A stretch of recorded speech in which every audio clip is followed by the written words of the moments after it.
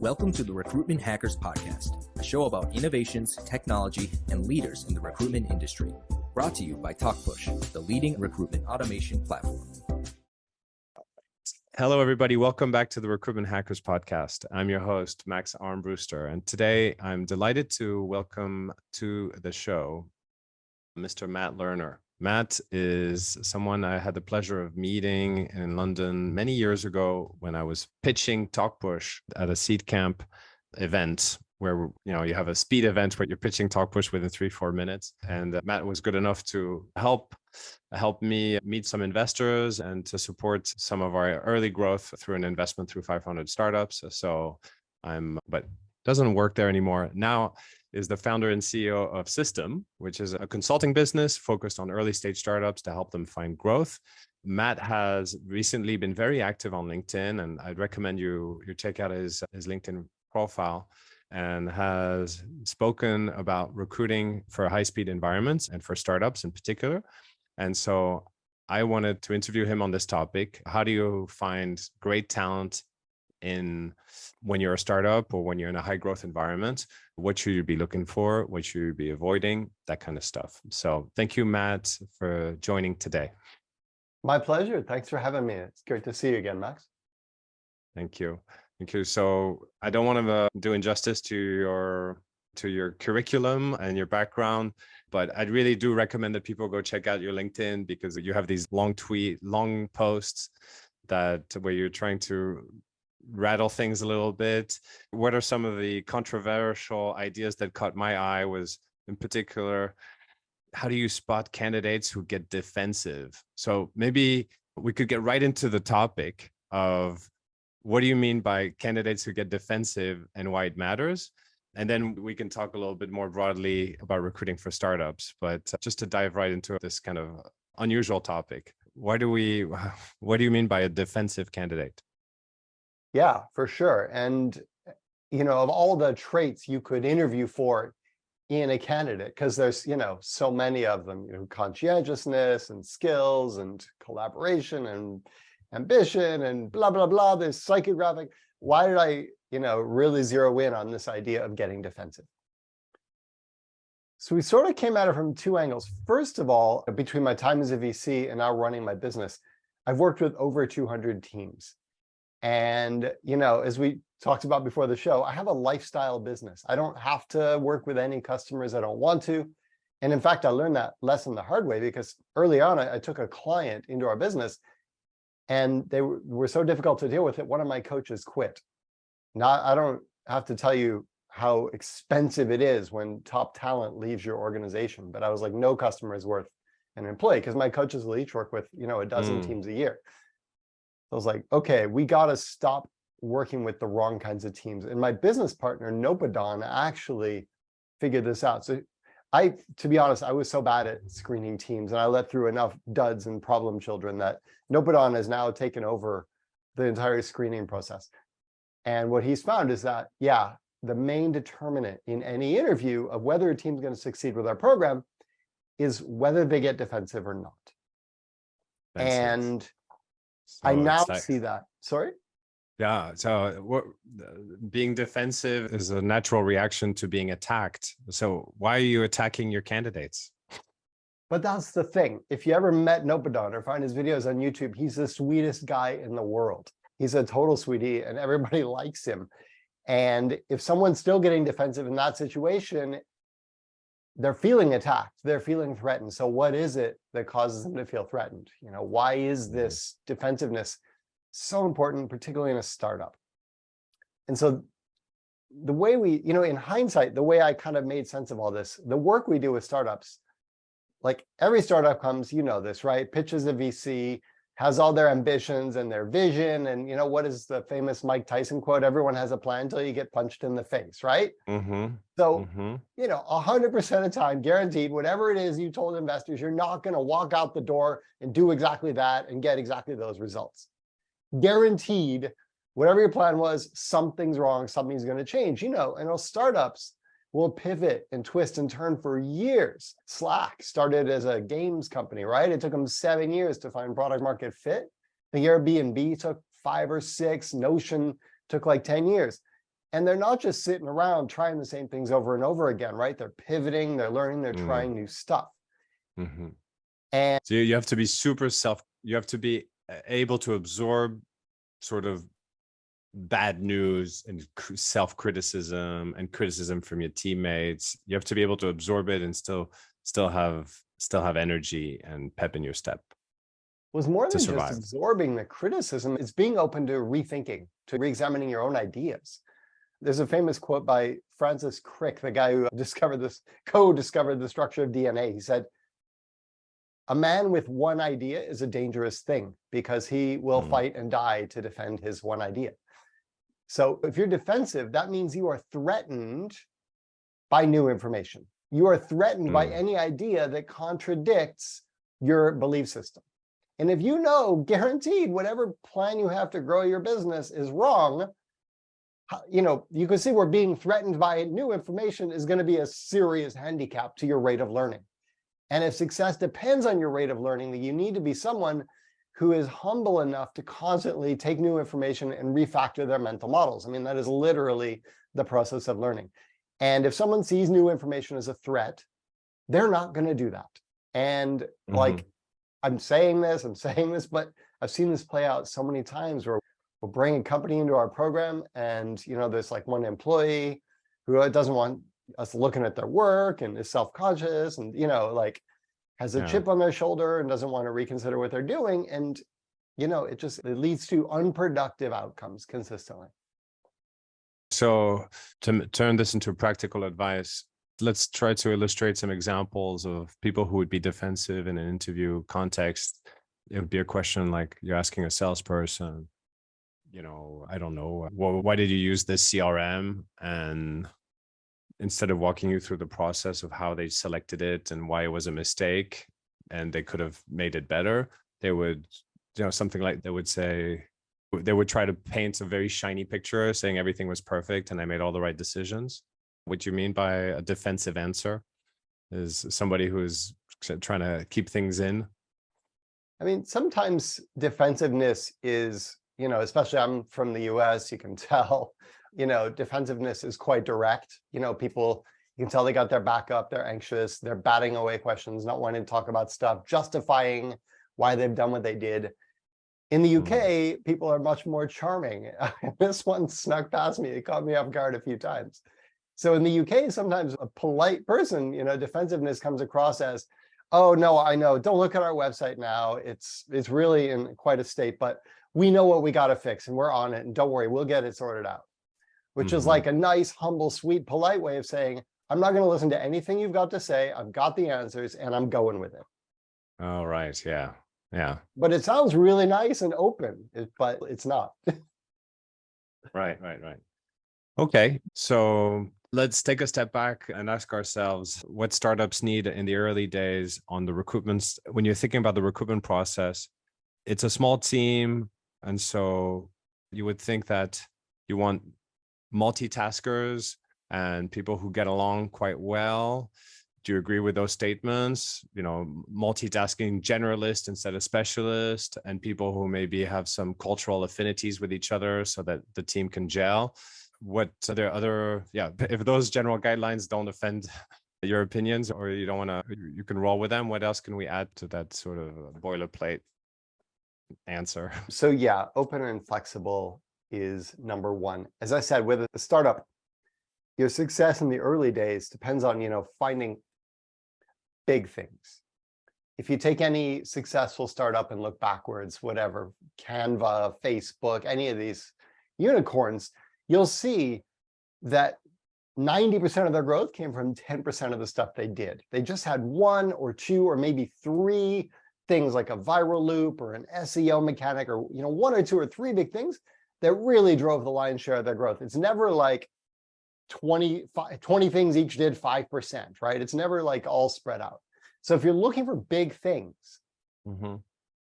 then it's a search. It's a learning process of discovering which of these things is going to be really big for us. And your success depends then on how quickly you can learn. So, that's back to my point about you want a talented generalist. If you hire someone who's only ever done SEO their whole life, odds are they're going to come into your company and they're going to do SEO. And every problem they see is going to look like an SEO-shaped problem, just like a person with a hammer is always looking for nails. So that's why I generally prefer generalists. In fact, I will tell you, I look back over my career and I've hired and managed a lot of people. I've made some big mistakes and I've made some really good, impressive hires. The two best growth leaders I ever hired, neither one of them had ever done a lick of marketing before in their careers. Both of them had started in the hard sciences and then worked in some kind of data or consultancy type piece of business. And I said, hey, this is the raw skill set I need for marketing. And I can, surround them with designers and email marketing gurus and all that stuff. What I need is the raw thinking skills, the ability to look at data, work through a problem from first principles. As far as the agreeableness, I should clarify, when I say someone doesn't get defensive, I don't necessarily mean this person's going to be your best friend. Yeah. You know the expression, strong opinions loosely held. Sometimes good growth marketers, brilliant ones, are prickly because they understand the data and they understand the customers in a way that maybe the rest of the org doesn't. For example, there's always a difference between the story that the founder tells investors and the reality of what's on the ground. And, if you go to a good head of growth with some BS story that you've been telling investors, but it's kind of this thing you made up and it just doesn't match the reality, they're going to get annoyed and push back and say, no, our data says do this other thing. So obviously, someone needs to be able to be respectful and work through conflicts.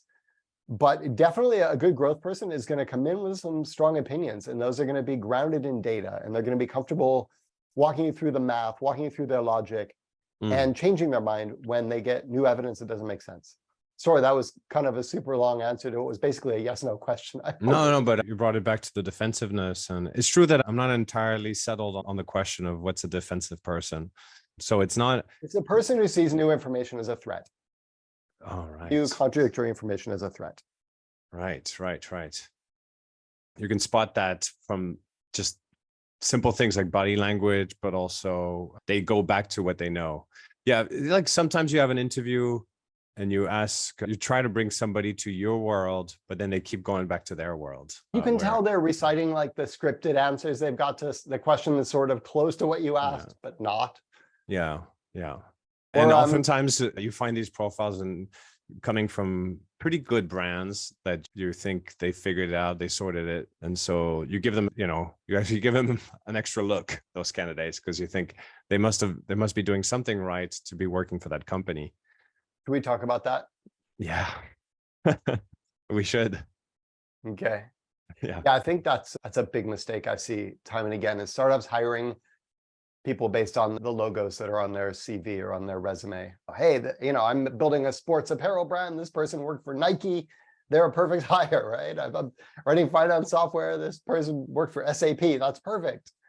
And that's just a horrible, horrible signal. I'm not saying you shouldn't hire from corporates. I'm saying it isn't that the logos on their resume in this case are noise, not signal. And here's the problem. If you hire someone from whatever, Unilever, they're running a playbook. They didn't go in there and invent soap or, negotiate deals to get the first soap on the shelves of supermarkets or, package designer. They didn't invent any of that stuff. That stuff's all documented. They come in, they go to brand manager school, they get mentored, and they learn to run the exact Unilever playbook. Of course, if your startup runs the exact Unilever playbook, but with like $1 million and 5 employees, you're not going to beat Unilever, right? You can't beat a big company by doing all the exact same things that they do with 1/1000th of the resources. That's ridiculous. Matt, what's up, Max?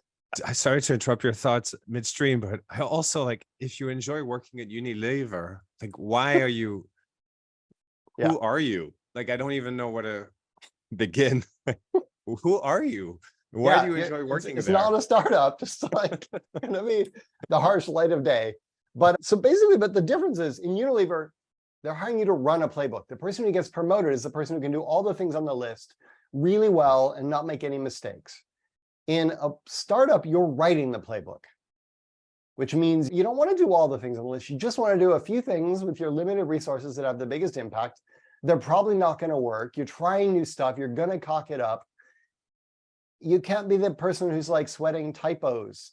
You've got to be the person who's out there, trying stuff that doesn't work and trying to learn. And playbook writing isn't just a different skill set, but it's a totally different mindset. And what if somebody from Unilever comes to you and they said, I'm tired of running the playbook there. It sucks. I mean, the playbook is great, but I'm tired of just executing. I want to write my own stories.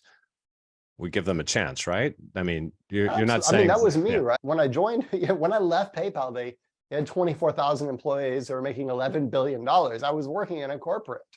And, I went in to start work with startups. And thankfully, someone gave me a chance. So there are people in corporates who are like, I belong in a startup. I don't like the corporate life. Happy to interview them. But in that interview, I'm going to focus on whether they can figure things out, whether they can write playbooks. I'm not, whether they've got this sort of curiosity and growth mindset. Mm-hmm. That's the only thing, in fact, because I've interviewed now a lot of growth people for startups and like hundreds. And I've got it down to 3 questions now. Like that, and everything else, like anything else they tell me, anything they show me in their body of work, like none of it matters if they don't have a growth mindset, if they're not open to learning. And frankly, none of it matters if they do, because whatever else you throw at them, they're going to figure it out. Like I said, the best marketers I ever hired had never done marketing before, but good people figure stuff out.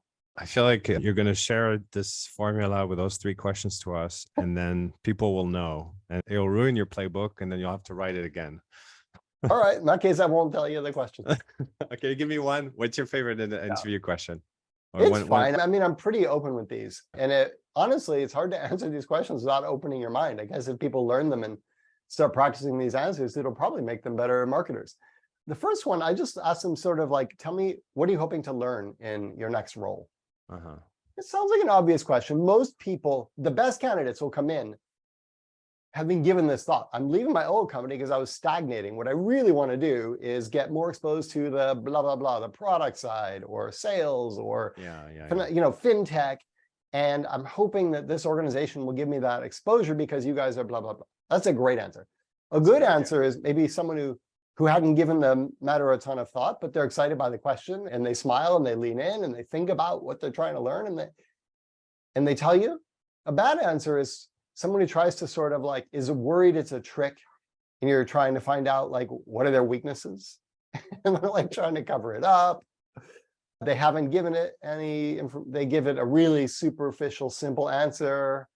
I want to learn to be a VP because I've never been a VP yet. I've only been a senior manager. It's like, and the worst answer ever. There's some really awful answers in that category include, I'm trying to develop myself professionally. Come on. Sometimes, like stating the obvious. Yeah, very clever. How'd you come up with that? Question number 2 is, tell me about a mistake you've made. Okay, yeah. And that's another one where, again, you're looking for nonverbals. I'll usually like keep it light, hey, I screw things up all the time. Nobody's perfect. Tell me about a mistake you made recently. Most people don't have one off the top of their head. I give them time to think. That's fine. But I'm looking for like, was this a genuine mistake that they regret? And have they given it some thought? And, do they volunteer unprompted what they've learned and what they'll do differently? And just overall, are they comfortable acknowledging they're not perfect and talking about their mistakes in this situation? Mm-hmm. So, yeah. Good. And good, that's good. a place where people would become defensive. So that's a really good segue into my favorite interview question for this podcast, which is tell us about a terrible hiring mistake that you've made and what the audience can learn from it. I don't want to, who knows who's listening to this podcast. So I'll say that historically, my biggest weakness, my sort of blind spot on hiring has been hiring operations people. Now, I should say I've had the same operations person for 3 years now. If she's listening, I'm absolutely thrilled with her. Please stay. Could not be happier.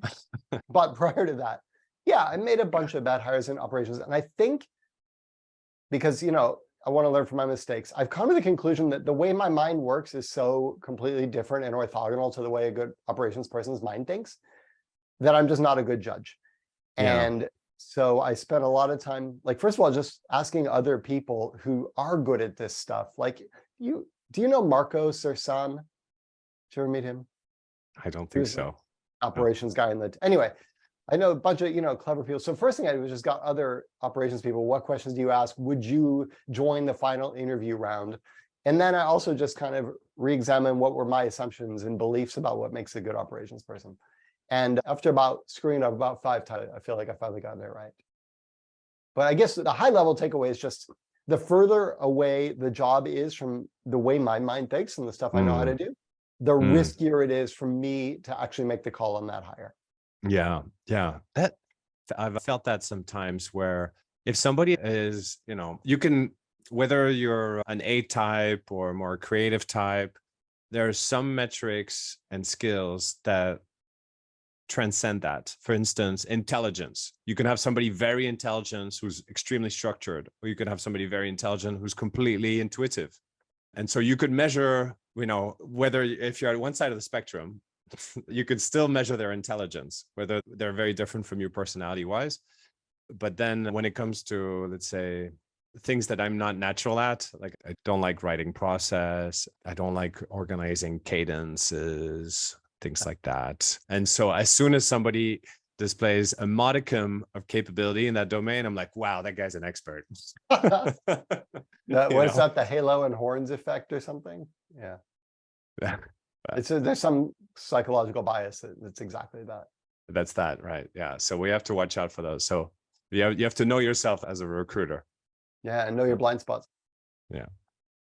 Okay, great. Well, I think it's a really good lesson. And so for all the entrepreneurs out there who want to accelerate their growth and get one of the sharpest minds, to connect with one of the sharpest minds in the startup ecosystem, I would recommend that they reach out to Matt Lerner on LinkedIn. Is there another way where people can get a hold of you, Matt? Yeah, sure. The website is system.co, SYSTM, and I am Matt at system.systm.co. And I do still check my email. There you go. Thank you, Matt. My pleasure, Max. Thanks for having me on. That was Matt Lerner telling us how to hire for a startup in a high growth environment. Primarily focus on curiosity and look for candidates who are hungry for answers, curious, ready to go dig for more information. And it's very obvious which ones are not after you've interviewed them. And it's, of course, good to follow some of these questions that Matt shared with us. So I think I've got some learnings I can directly apply to my business. I hope you got some value from this interview as well, and that you'll remember to like, subscribe, and share with your friends.